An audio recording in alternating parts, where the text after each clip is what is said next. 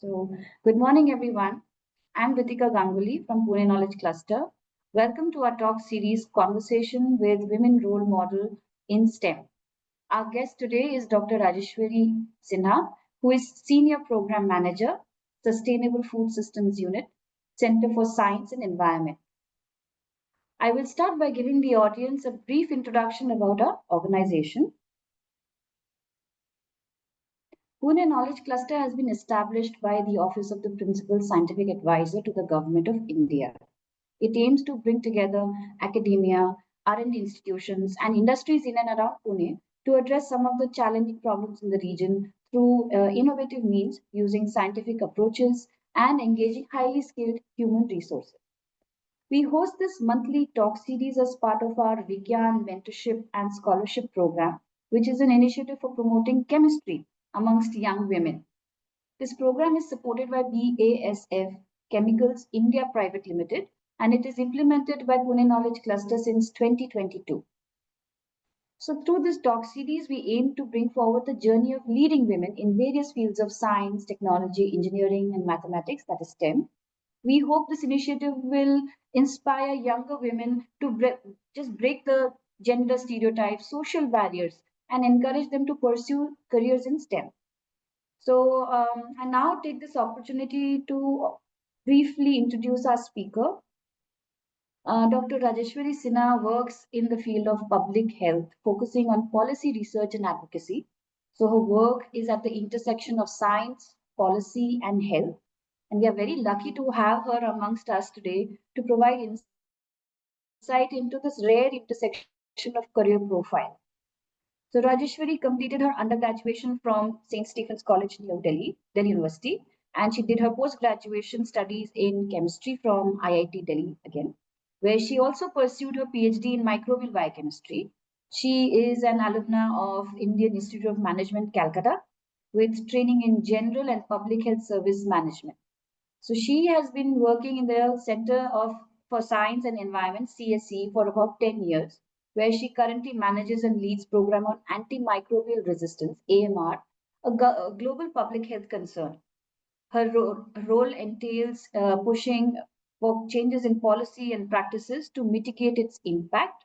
In this, she has been able to influence and inform on public health needs as well as implications related to AMR by leveraging her scientific knowledge.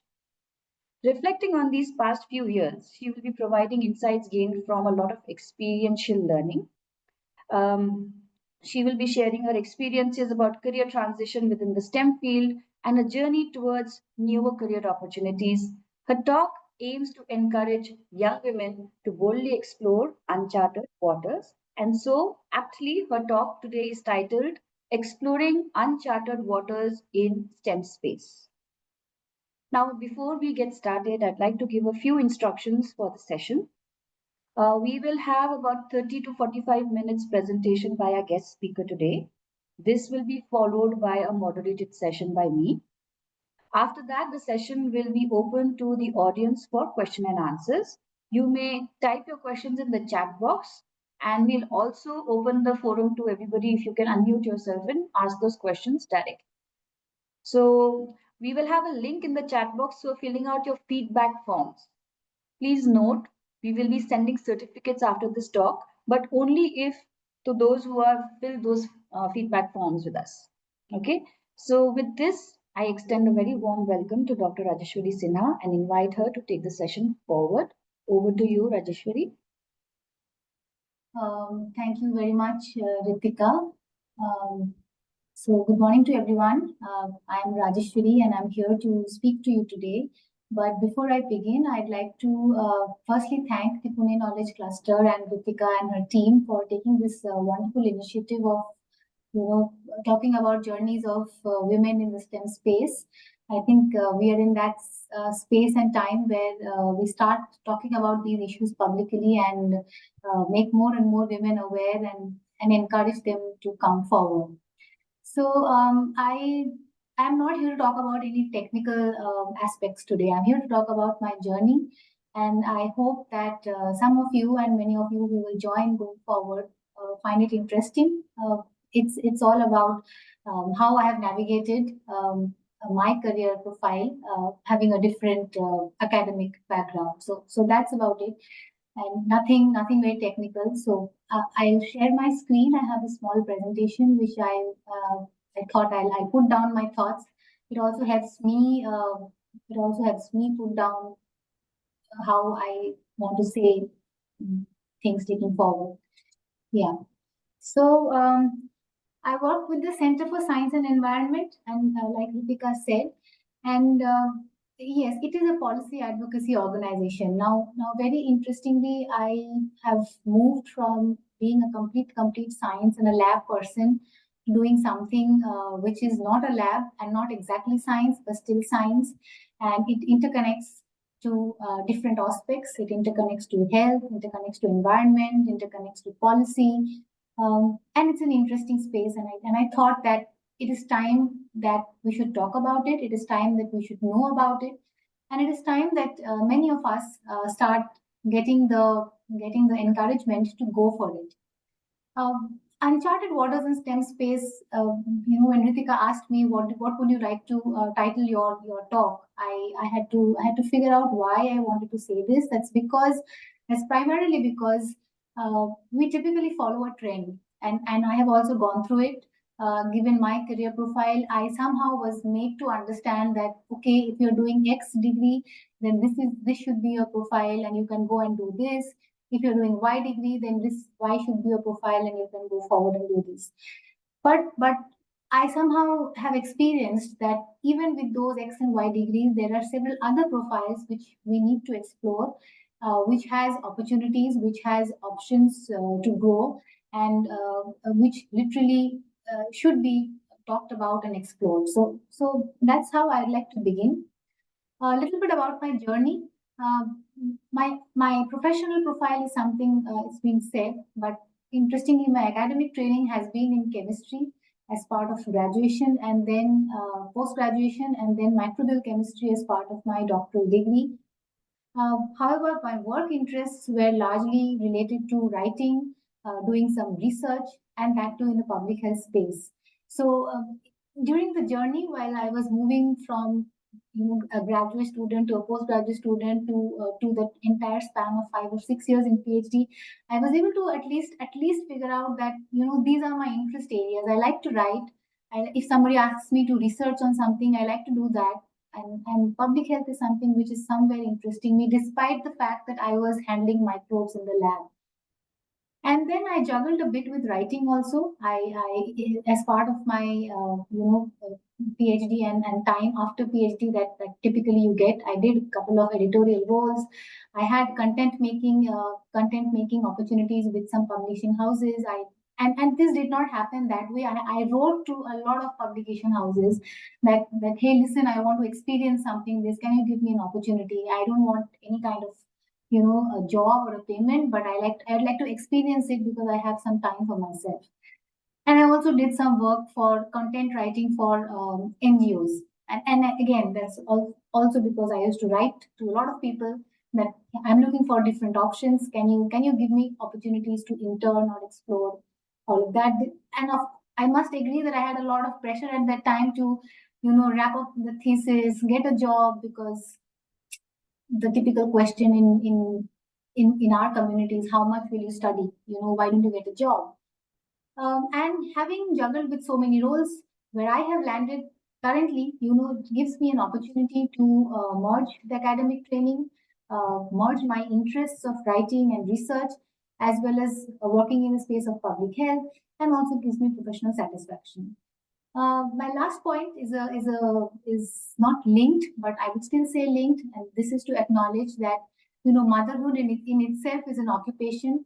I am a mother to a little toddler, and I understand, and this is to recognize what immense kind of dedication and work motherhood requires. Some choose to go back to work, some choose to give time to the child and the family, and I think both are equally important, depends on the choice, and have equal workloads. So I would just like, I put it because I wanted to recognize it and let people know that it is at par with anybody who is working in an office space. This is an interesting slide which while I was putting down my journey, I realized that I have always done things which were not at par the expectations which were from given set for me. For example, the part of the country that I come from the eastern part of the country. There is a lot of focus on women education. There is a lot of focus on higher education, going outside India. You have to be either a doctor or an engineer or a government service. Otherwise, probably you've not done anything in life. But I somehow chose to stick to doing basic science. I chose chemistry. And I thought, let me see where life has to take me. I did do a higher education. I did pursue a degree, a doctoral degree, but I did not, again, took the decision to not step out of India and see what I could do in India. I would not say that is patriotism, but somewhere I somehow did not want to go out, and I wanted to use my Indian opportunities to influence and intervene outside. Like I said, I picked up jobs which were more in the private sector and not linked to academia or government services or civil services. And what I'm doing right now is very different from what I've been trained in. So throughout my professional space, I think I've taken chances, and somewhere they have worked for me. Now coming back to the topic, STEM, science, technology, engineering, and management. A lot of us go into it. A lot of us feel that if you're going into arts or commerce, probably you're less credible. There is nothing like that. But since we are in STEM, let's stick to it. What are the options and what are the sectors that give us opportunities when it comes to having a STEM background? You could go into government service. You can go into industry.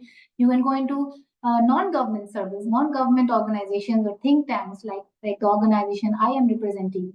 Then there are public-private partnerships, and then there are startups. Broad sectors are these, and what you could intervene or what you could juggle with as career options are you could either become academician or a scientific person or a job or a civil servant, do engineering and technology, become a business person, write, be a journalist, data science. This is the age of social media. AI is coming up, so a lot of areas are there with the STEM within the STEM space. Now, but I'm here to talk about some unconventional work areas. These have not. These do not come under career option, but just to let you know that these are there, and these are areas which can be explored. I also did similar exercise while I was trying to move out from the normal trend. There are options of doing science communication. There are options of doing journalism in the space of science, technology, engineering, and management. You could become editors for books, journals, publications. The space of science policy is so very new in India. Only recently we are seeing organizations like the PSA and the NITI Aayog coming up. There are very less courses or very less targeted opportunities related to teaching science policy in India. Only few institutions are doing it as of now. Then there are areas of documenting patents, documenting intellectual property rights, research management. So what I do as part of my work, I not just do research, but I also do research management, project management. Grant management is a huge space. There is a lot of money that the government invests in doing STEM work, and the movement of that money across institutions has to be managed. Somebody has to do it. And if you don't understand the technicalities, how are you going to manage funds? So you can also look for consultancy or advisory roles in different organizations. And I also have to say that there are interdisciplinary areas. You could go into public health, you could go to environment, technology, energy, space, a lot of, so as we go up the education level, it all becomes interdisciplinary, it all becomes at a higher level. So it somehow you find a space. I want to talk a little bit about what has been the challenges and limitations as I moved from handling test tubes or handling microbes to now working in policy. I think the very first thing is it's about mindset and interest. So when I started speaking the language not expected, that I don't want to go out, I don't want to go to the US, I don't want to do a postdoc, or I'm not interested in government applications. I think it was not received well because it's not the norm, right? So mindset has to change, and the most important person whose mindset has to change is I myself or you yourself who's trying to take the jump. It's also about interest.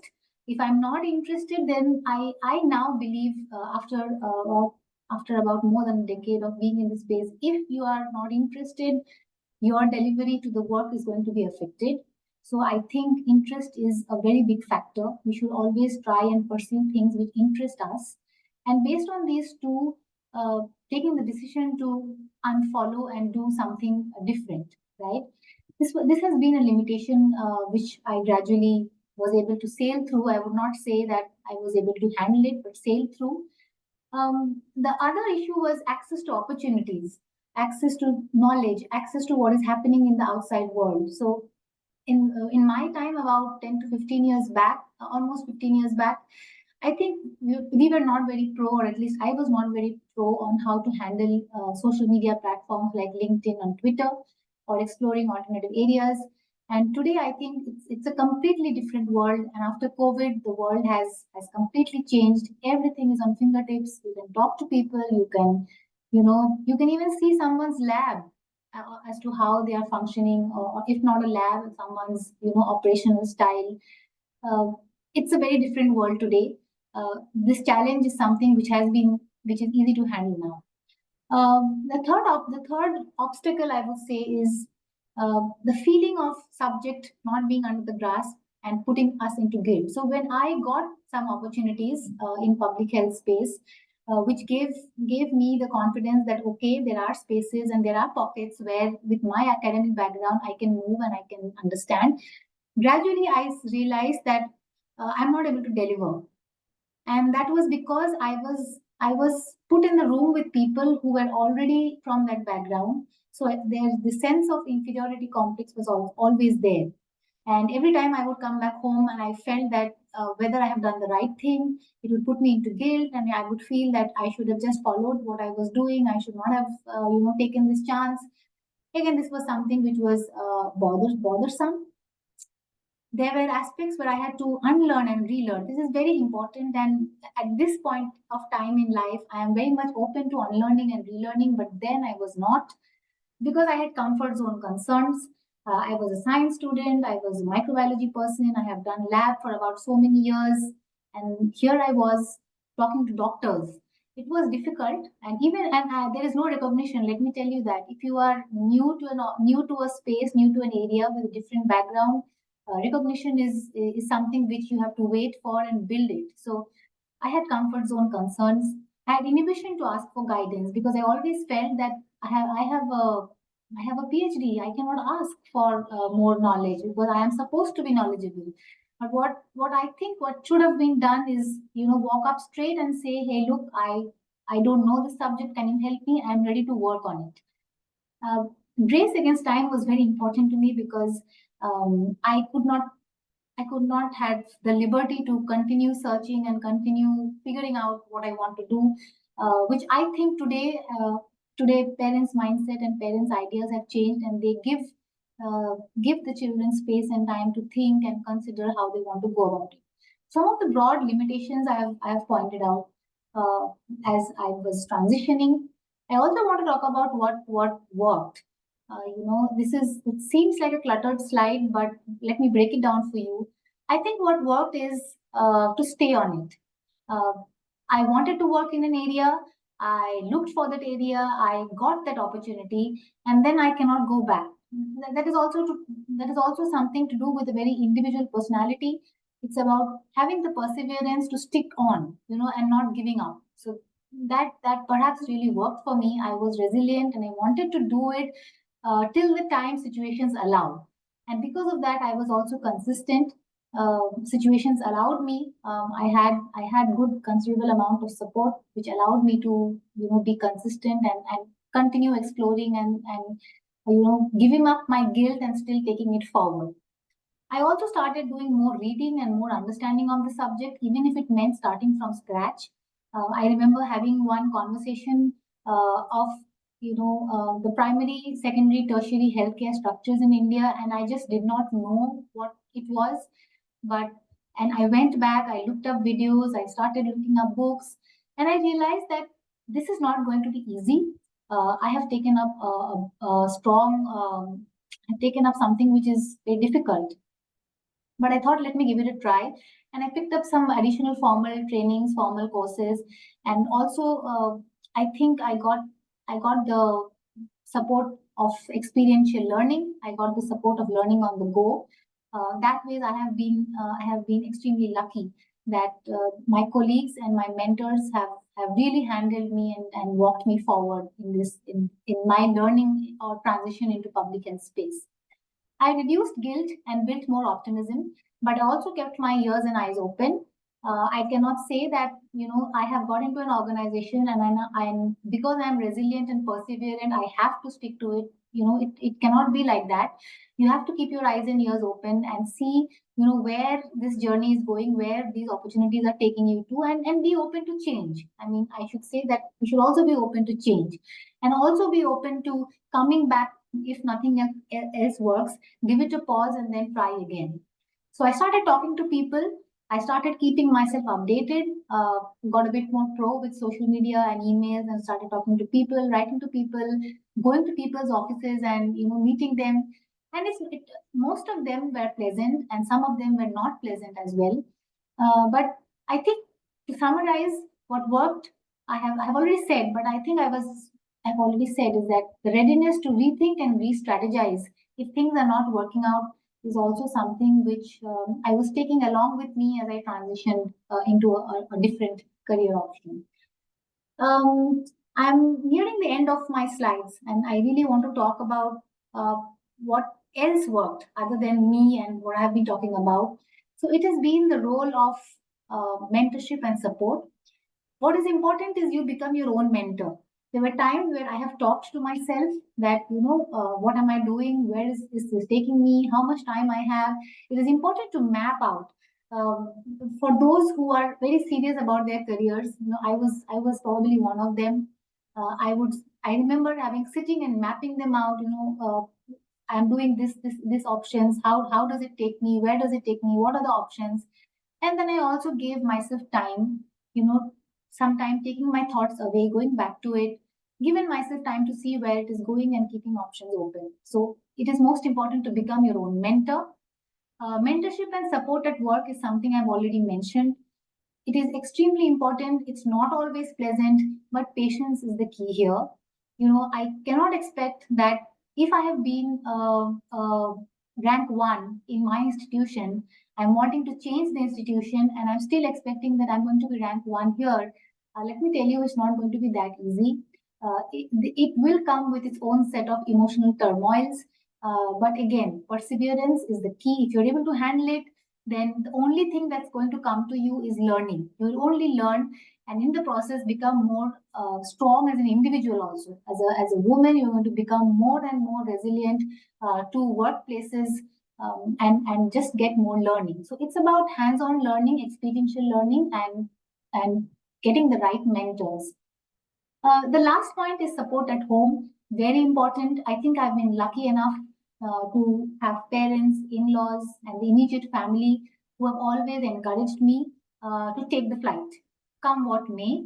There have been very, very few situations where I have had to, take certain decisions or momentary decisions that I cannot go ahead with this because of so and so reason.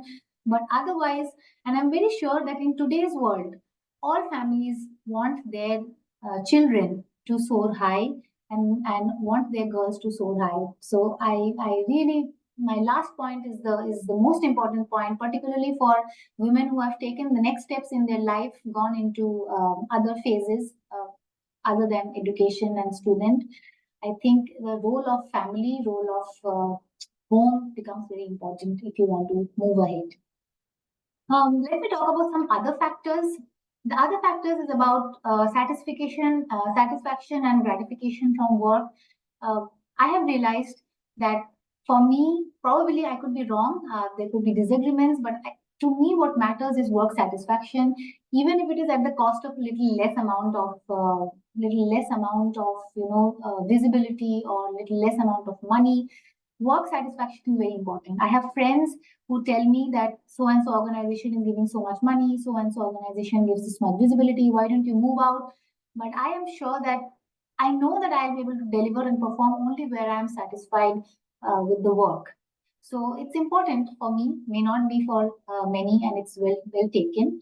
The importance of financial independence and financial stability is something that cannot be ignored. Money is important. Your own money is important. We all should strive to make our own earning and reduce dependence on others. So, and it gives you a tremendous confidence. Let me tell you, you do not have to depend on anyone. You are free to use. You are free to take decisions. It influences your personality. It influences your confidence and your decision. Societal norms, like I was telling, every role is important, but our own journey is important too. Whether it's marriage, whether it's motherhood, whether it's family duties, uh, it's a choice. Most of us, take the plunge, but we should always also think about, coming back to it, coming back to our work, coming back to, and provided things and situations and circumstances allow, we should always think of how we can come back, having juggled all these very important roles in our life. You know, yeah. So yeah, that's about it. I'd like to end by, this is my favorite phrase, which says, when the going gets tough, the tough gets going. If you have it in your mind that I want to do it this way, I'm sure, things and stars are going to work it out for you. You just have to hang in there. So I'd like to stop there and probably see what people have to say. That's how I'd like to summarize this journey. Yeah, Ritika? Yes. So, rightly put, I mean, these tiny adages help me also identify challenges and what I that time might have thought about, how it should be done. When the going gets tough, the tough gets going. And you also said very key things like rethink, re-strategize, and we all are faced with this coming now at later stage of your career. You have already gone through the milling and all the fights.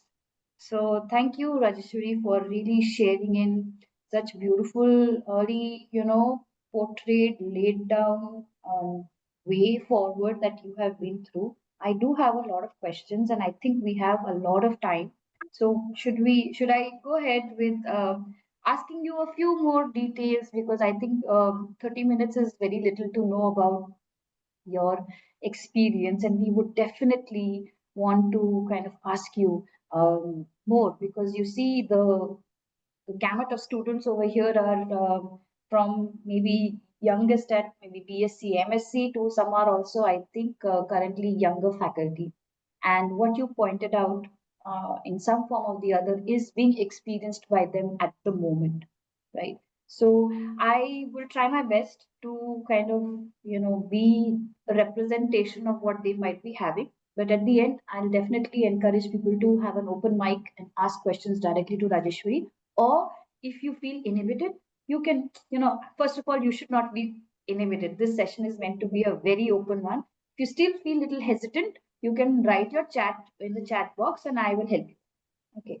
So, my first question is that, let's go to the beginning where you were a different kind of a thinker who said, no, I don't want to do postdoc. I do not want to go into this field. It's, I want to try something else. And you are also facing a kind of a contradictory suggestion saying why you want to do this. Why do you want to go against the trend? So I assume there is a lot of noise, a lot of clutter in your mind coming from both ends, right? That one saying do and the other saying not to do. Now, how I would like to know is how you found the way to silence that, to finally come up with a decision saying this is what I weigh as what I need. And how difficult was it to find that silence, to make that final decision, that one final night say, yeah, that, yes, Yeah, can I respond? yes, Yeah, so very nicely put, Ritika. I think your questions will take me back to my old days. I still remember I had a seat in my lab where all students write their thesis, and then they go out of the lab and go for postdocs. And here I was, I was not keen for a postdoc at that point of time, and I was looking for different options. And as you rightly said, I was in a setup where it is about after PhD, you go to higher institutions for postdoc outside India, or even in the same institution. And I was looking for something else. There was a lot of noise, but I think what worked for me was I was very focused. Even if there was noise, I was somehow able to put the noise behind and just focus on options which were allowing me to do what I wanted to do. For example, I would look for editorial roles. I would, and like I said during the talk, it was not directly roles. It was about gaining some experience. I think I played it very smart because I did not directly apply for any job. What I was doing was I was writing to people to allow me to explore opportunities with them at no pay. If somebody has seen my LinkedIn, you will see that I got a job with Wiley. It's not a job; it was a subject matter expert. And it was randomly that I had written mails to many publication houses, and one of them saw my curriculum vitae. One of them liked it, and one of them said, "Okay, I there are people in this world who would come and help you." So I have come across many such people in my professional journey who have just turned up out of the blue and then said, "Okay, let me help her." And I was connected to somebody in Wiley, somebody senior in Wiley. I went and met, and I was given an opportunity to work with them for some time. I did not have to go to their office. I used to work from home in my free time. But what it helped was I got the flavor of what editorial people do. Similarly, I like to write. I like to write a lot, whether it's about personal feelings or whether it's a professional writing. I reached out to an NGO and I said, "Can you give me an opportunity to write?" I and again it was a children's NGO, so my inclination to do something in the developmental sector was always there, whether it's public health or whether it's children. And then, yeah, out of two or three people that I wrote to or discussed with, one of them responded, and I did some writing. So I was in bits as I moved in my thesis. You also need breaks in your thesis. I was doing these kind of work with during my last of the PhD days. I was getting the flavors, and these flavors were helping me take the decisions.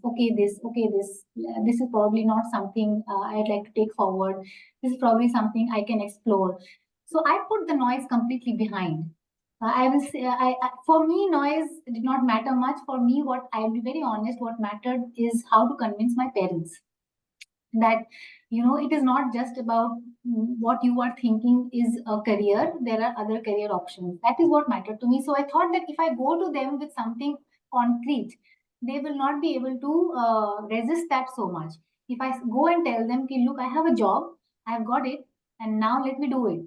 So I knew that much confidence I had that there would not be a turning point. And similarly, when I got my first job, I told them when I had the job. So I was applying to several institutions. I was applying to public-private partnerships, to organizations like PKC at that point of time. And I got an opportunity. And when I told them, so they were like, "Okay, you can try."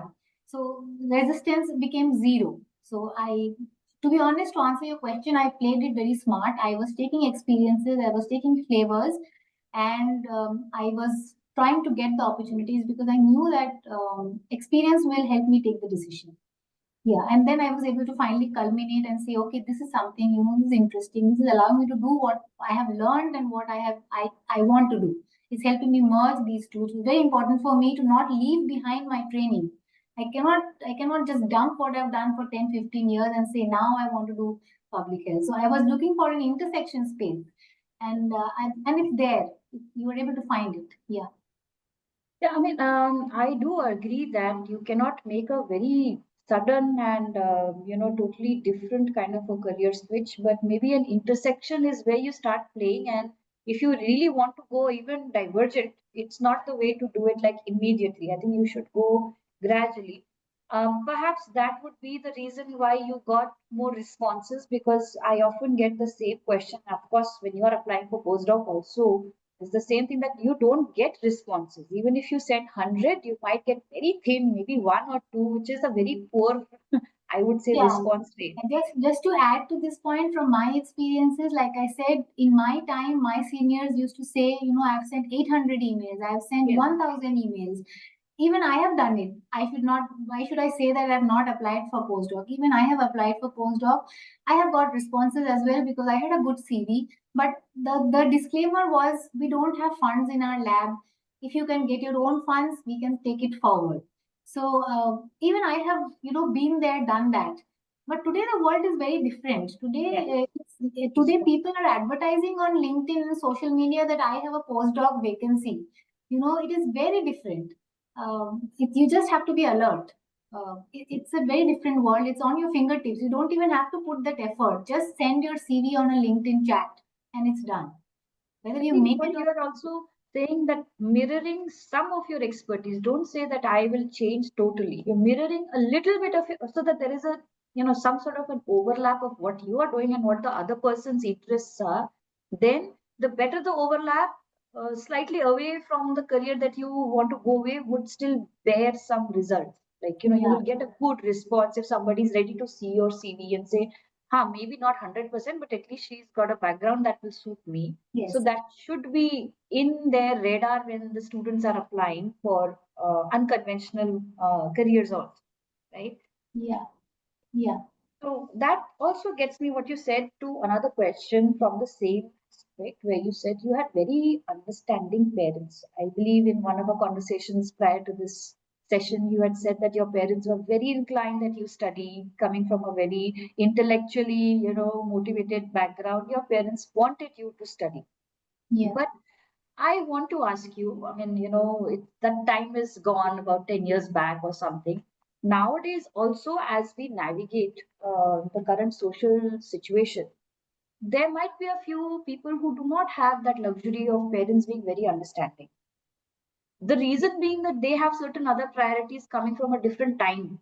And now the times have changed so drastically that students are caught in a turmoil where they say parents want us to prioritize something which is, family obligations. I want to prioritize professional growth, and they are stuck in that tussle, you know and they are very young, so I feel they get stuck at points. There is a place where they are in a situation of numb. Nothing is going in, nothing is decided. Do you have any advice for people who are not as lucky as you but might find themselves in a situation with nobody really from the family end kind of pushing them forward, but they know that if they don't do this professionally, they don't take decisions, they're going to be jobless or something in the next few years? Yeah. I'm not a ready solution, Ritika, but yes, I have been lucky, and I would like to believe that women today are lucky. I'd like to believe, but I'd also agree that it's not the same everywhere. Um, to answer your question, it's a dilemma that even a point had reached even when my parents had started to say that, now you have to look at other social aspects. How long do you want to explore? Yes. Then the idea of, and let me be very frank, then the idea of if your would be husband is in some other place, then you have to move, you have to give up your career and move to other place. All these factors, I have sailed through. I think what worked or what should work is first, because times have changed, we should be open to talking to our parents. The most important thing that worked for me is I was very open to my mother. Um, I was very open to my mother, not my father, but my mother knew what I wanted to do, what were my interests, what I was exploring. So we should be able to talk to our parents that, what you are saying is important, but look at my journey, look at what you have invested. There is an investment that has gone into it, and this investment should reach a culmination. It cannot just drop midway because of societal obligations. Yes, there is a time for social obligation. I know that, marriage, motherhood has their own time. And I'm not saying that, completely rebel, completely go against it. But the time is not 1 year. The time probably is 5 years.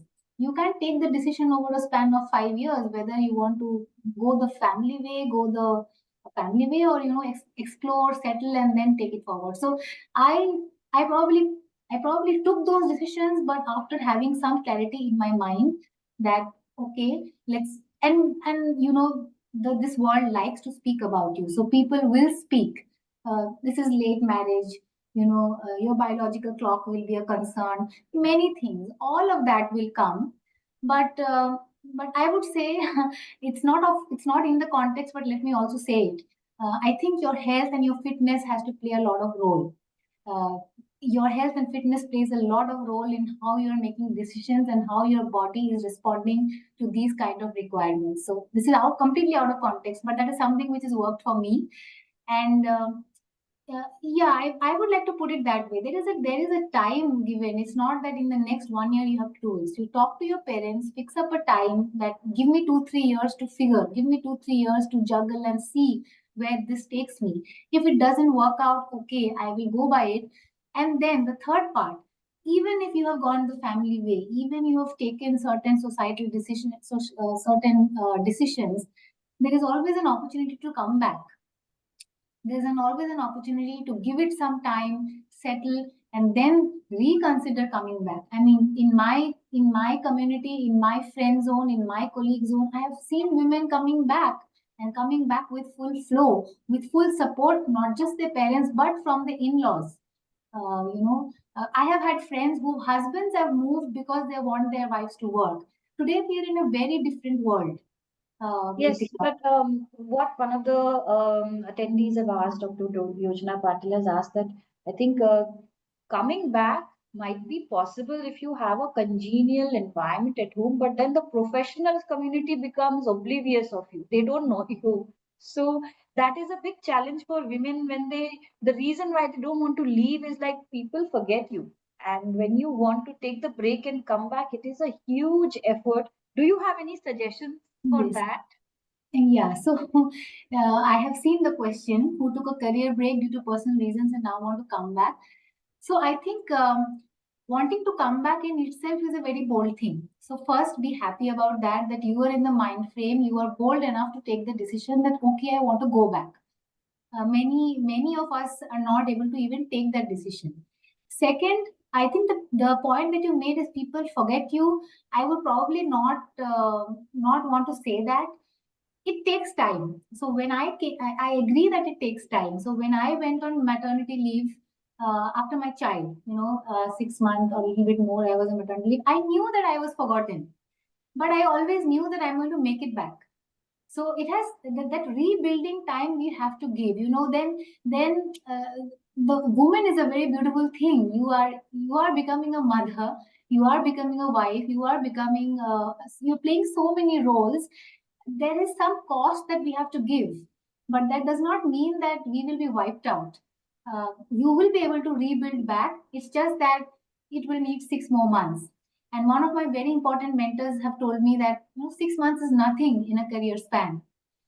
6 months of leave or 2 years of leave is nothing. It's nothing. It will just go, and you should be able to rebuild back.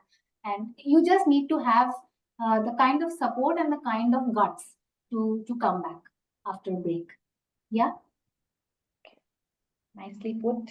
And so I now want to move over from the next time point from getting a job in an unconventional space to actually swimming in the unconventional space, where you said success doesn't come immediately, or maybe you know later than others, and you had to meet with a lot of inferiority complex. Then you begin to doubt your own decision, right? So, what is it that anchors you? What is it that you should not forget to sail through this? Because you know you will pass through and maybe there will be better days. But those dark days are very crucial because that's where people drop and they will say, nahi ho raha hai. So, what I would want to understand what anchored you. Okay. So first, to recognize that I have had my dark days as well. I went into some setups where I went into the setups with a lot of excitement, and I always thought that, I can work hard, so I'll make it. But then sometimes situations don't allow, or that the time and speed with which things are flowing in that space, in that setup, I'm not able to catch, I'm not able to match it up, because here I am somebody who is learning on the go and wanting to deliver despite having a lot of interest. But then the professional requirement is completely different. And eventually I have also dropped. These are parts of, this is part and parcel of a professional journey. It cannot be that one fine day I have decided I want to do public health, I don't want to take my PhD journey forward, I find a job and I stick to it. It cannot be like that. And that's what also I've been trying to say, that we need to be open to the idea of change. If there are dark days, I would say what worked for me was, one, I was struggling to find out, how I can make the most of this learning. I i talked to people about this experience, that not, I didn't talk to people that how can I learn public health. I basically talked to people, can you encourage me that what I'm doing is right or wrong? Can you tell me if this is the right career decision that I'm going to take? Can you help me? Can you help me navigate in this? These were the questions I used to ask, and not, I would not ask, how can I do public health because I'm a microbiology person, because I'm a lab person. I would ask very different questions. And then again, if you are sending 15, 20 emails, 10 of them will not respond, 5 of them will snub you back, and then there will be one. I still have somebody in my life. I am so grateful to her. She's, again, it's a woman will help a woman pull up, and I still remember she told me that, I have the similar background like you, and I'm ready to help you and mentor you and support you. Just ask me questions. So, but then there were 10 other people who 5 other people who just told me, are you crazy? What are you doing? You're not supposed to do this. Don't waste our time. These kind of, feedback I've also got. But then 1 or 2 people have stepped forward to hold my hand and take me through the journey. Okay, come work with us, collaborate with us, see how you like. If you like it, you can think of it as a career. So it is up to you whether you want to make your dark moment dark, or whether you want to use the dark moment to figure out things and work and make it in your stride. Dark moments will come, but we have to be smart, because the world is running, and we are not, perhaps not in the age or situation where we say that, it's not working. I mean, women have the power to do everything. If you produce a child, then, job is nothing, or changing careers is nothing. So, yeah, that's my answer to how I handle my dark phases. But I would like to make it clear that yes, if required, you change the profile. You don't have to stick to it. Something which is making you go mad, how can you do it? If you're going mad in your head, if you're not getting respect, if you're not getting valued, there is a situation. For example, I'm very educated. I have degrees. I have come into a setup. Okay, I'm not able to perform. I am taking time to align with what is the requirement of this institution or what. But I'm getting demeaned every day. Will I be there? I will not be there. I will be in a space, I will be rather in an institution which tells me, okay, Rajeshwari, you're taking time. Let us help you. Let us change your work stream. Let us see if you can do something else. Let us tell us how we can help you. I would rather be in that kind of a profile, rather be in another profile which tells me, oh, you don't know anything. Oh, you're not able to perform. Oh, you should not have done this. So self-respect is something we should not never give up. Yeah. So you talked about mentors, and I wanted to know what were the most valuable, insights or advices that you might have been given, which still hold true. Like, were there any advices that you think were like life changing, and something that were really golden advice that you might want to share with us? Um, I don't have any direct answers, but if I reflect back, I think I have 2 or 3 very important mentors in my life. 2 of them are my direct reporting bosses. I have been lucky to have people like them in my life, all hardworking, all having similar profiles. What I mean to say is, they are not from the subject, but they are doing the subject. They are trained in something else, doing something else. So one is what I used to do is I used to be very clear with them that this much I can do, this much I'm not able to understand. Please don't judge me, but I need help. If you can help me, then I can perform. That is one. Number two, I used to always at least display what I could do. You know, there will be 10 things which I cannot do because I am in a new setup. But there will be two things which I can bring. I will also bring my own set of expertise, right? I will not come blank headed. Or if I have come from an institution having done 5 or 6 years of doctoral degree, I have some kind of expertise. Either I will speak well, or I will make diagrams well, or I will write well. So I would make sure that this part of my credibility is displayed to my mentor, so that the mentor or the boss or the reporting boss is able to use you. And it's always a learning on the go process. I don't remember any life changing advice, but I always remember that my boss is telling me, hang on, just be there, we are going to help you. Because I think the thing with bosses is they spot the energy in you. They will immediately spot whether this person is giving up or whether this person is sticking to it.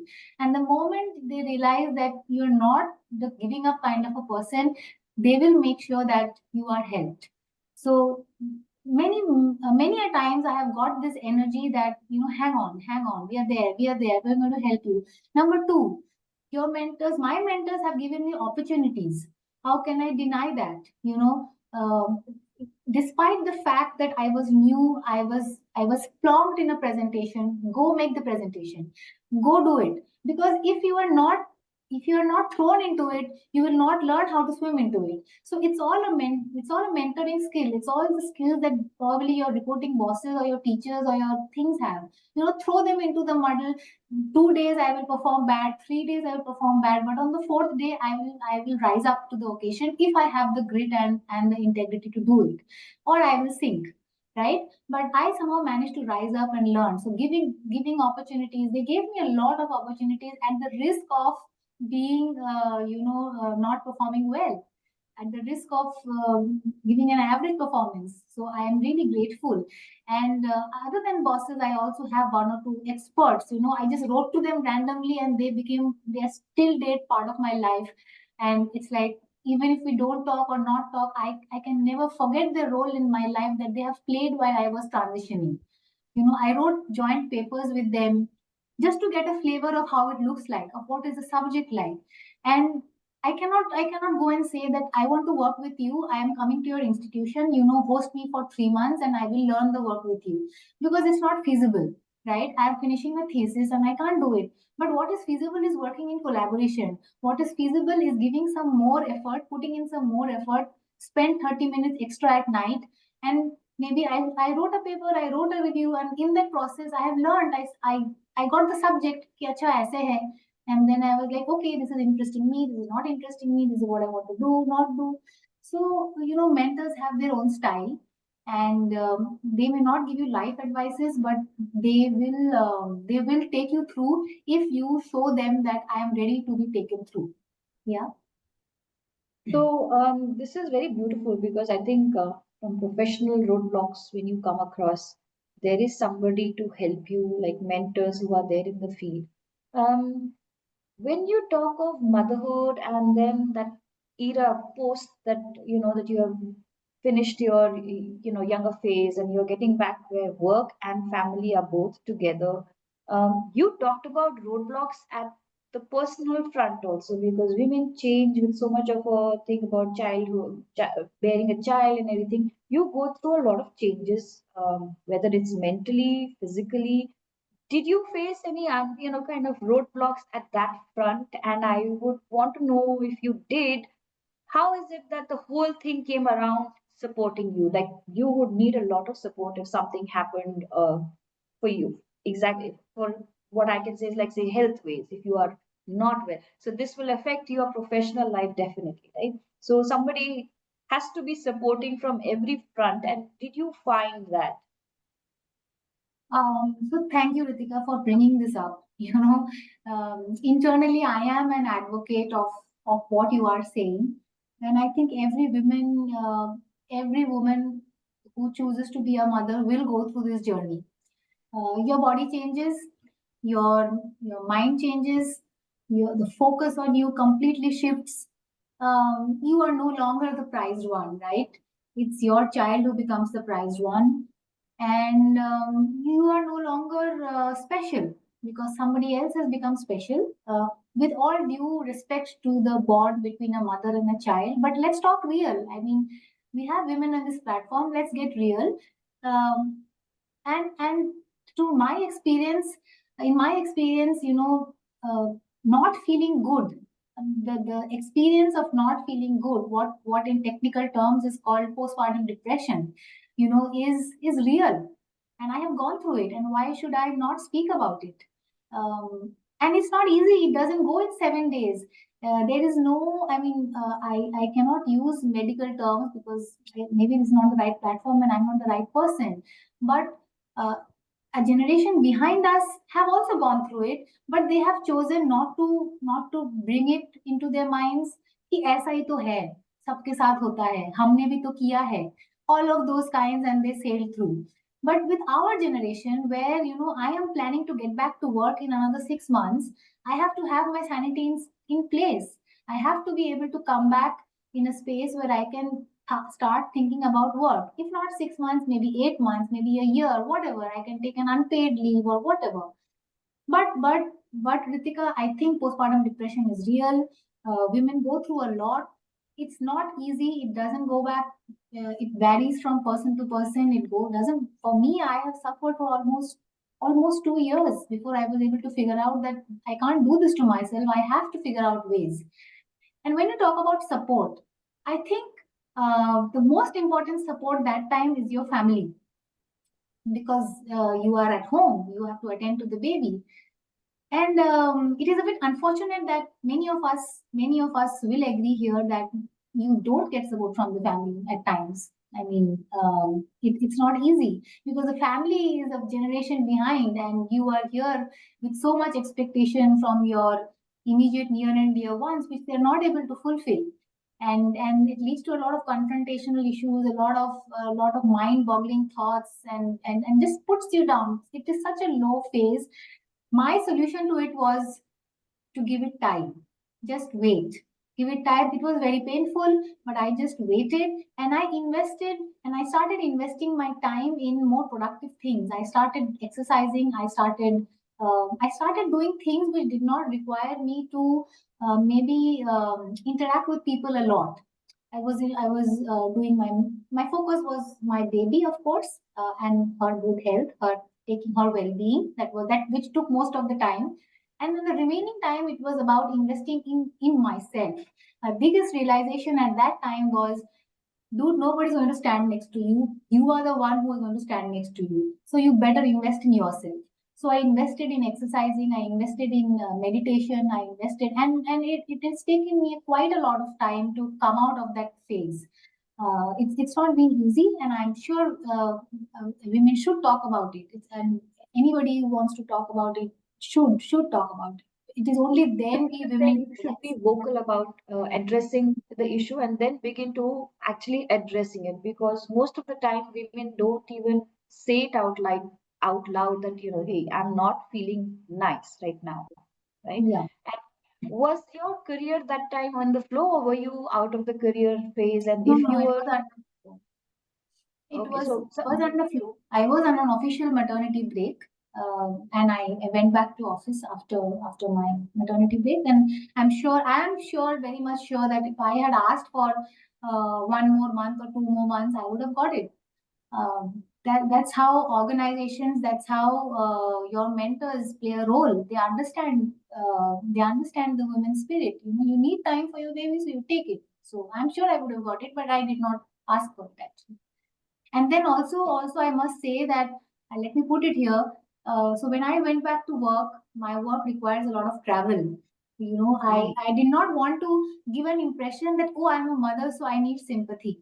I did not want to give that impression. I had my own arrangements, so I used to travel with my mother and child to whatever office location I had to go, and the office would make sure that I'm able to travel with my mother and child. So this had I did this for a couple of times because only then you will be able to take work forward, right? Because if you have a Yes. 6-month-old, you're breastfeeding, how else can you manage? So my mother was into it. I have to thank my mother, my daughter, and my office. I mean, to sail me through that period. Yeah. So I think that's a very good learning, which I would want the younger generations to acknowledge that getting into marriage, childhood, child having a baby is not just one thing, but it's a compound of everything that you yourself will get affected with. So they should make, their decisions which are keeping all those angles widely covered because every person is different. I'm not saying every person has it, but it's very possible. It is a very likely thing that we come across. And be vocal about it. The faster you are, I guess, the more easily you'll be able to get help from others, right? So that was, I think it's good that we have had such nice discussions on the forum. I would urge the audience to ask questions if you have. It's an open mic. You can just unmute yourself. All those questions that were posted in any forms, I have actually addressed them. So, I just have one thing to add before we open it for others. To the last question on motherhood and not feeling good, I missed saying on the role of friends. It is oh, only that time I realized how important your friends become. Who talk or don't talk, I think and it is then when I started talking to my friends who are women, and they said, "Okay, I've gone through the same thing. I'm going through the same thing." Okay, and it somehow started connecting that we all internally everybody is bothered, but this is just that we don't talk about it, and it helped both ways. So it is very important to have your friends right in space, right in the place. Yeah.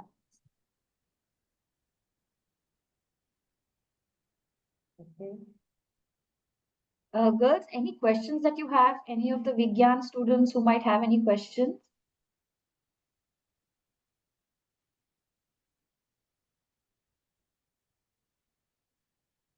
No? Don't you want to know where Dr. Rajeshwari is heading in the next few years? She's had a very successful career progress. I know that for sure. Congratulations for becoming a senior project manager. Thank And you. we are expecting you to do a lot more work in this space and hope to see you around many more times space with climate change and everything happening. Do you have any particular places where you would be heading towards? And we will keep a track of you in the immediate Um, future. so Ritika, you have to repeat the question. I think there was some connectivity issue. I missed the question. If you can repeat that. I said, where are you heading in the next few immediate, years now on this profile that you have? Because I assume that health and policy would be going through a lot of, changes given the climate change being on our doorsteps now and a lot of things happening in this field as a national initiative in various forms. Do you have any, focus areas that we would be finding you going towards? See, work-wise, I'm very happy. I like the work that I do, which is very important, and then probably that is why I'm able to deliver and perform, uh, even though at the cost of some extra hours of work or some it's tough. At the if you have to grow, you have to be you have to agree to do these kind of things. I can't say that I'll work only 8 hours. That is not going to lead to growth. Any big person you hear their interviews, they don't sleep. They're thinking. Their mind is always working. So work-wise, I'm in a good space. Where I'm heading, yes, I probably will take this work forward. I have not spoken about my work actually. I work in the space of antimicrobial resistance where I try to talk about policies or practices which needs to change if the antibiotic use has to come down, particularly in food animal systems, not just human health, but food animal systems.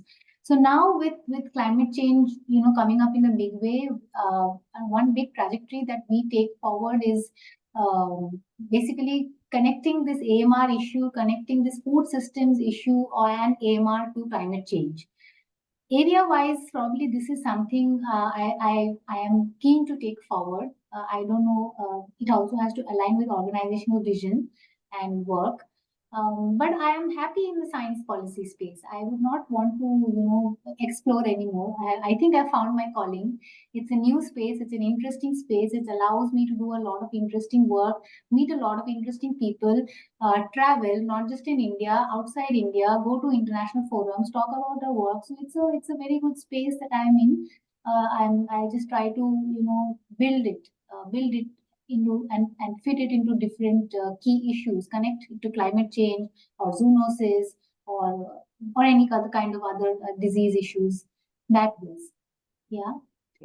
Yes. So, yes, I think we did not get very deep into AMR and all those issues, but I think there is a different time. We will definitely invite you again to talk about that when, do keep in touch with us. And thank you so much for all your insights. I think the audience really liked it. Majority of them being women, young women who are yet either they are seeing this in some ways and forms or are going to address this in the coming future. For all of us, this was a very informative session. Thank you so much. I believe Dr. Ira Upadhyay has. Please go ahead. You've picked your hand up, and please go ahead, unmute yourself, and you can ask.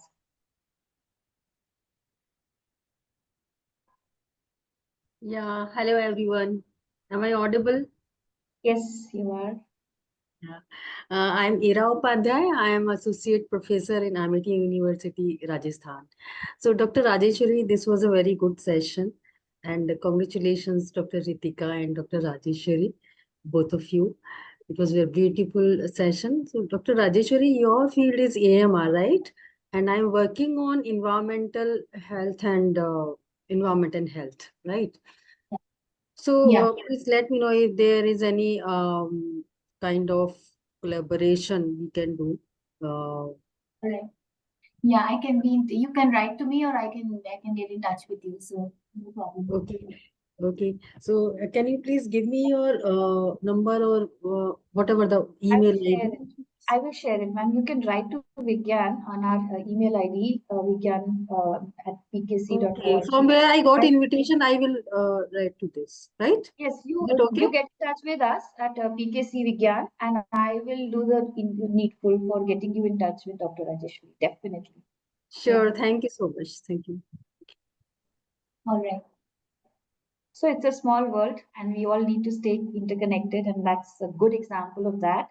Thank you so much for your time, everybody. That just doesn't include us from the team, Rupali and Sheetal, and of course Dr. Rajeshwari, but it also includes all these girls who have actually had, I think, exams, and now I think they're on a break or so, taken out their time in the morning on a Saturday. Thank you so much. And do come again next month for a similar talk. We'll be arranging. So thank you and see you again. Thank you. Thank you so much, everyone.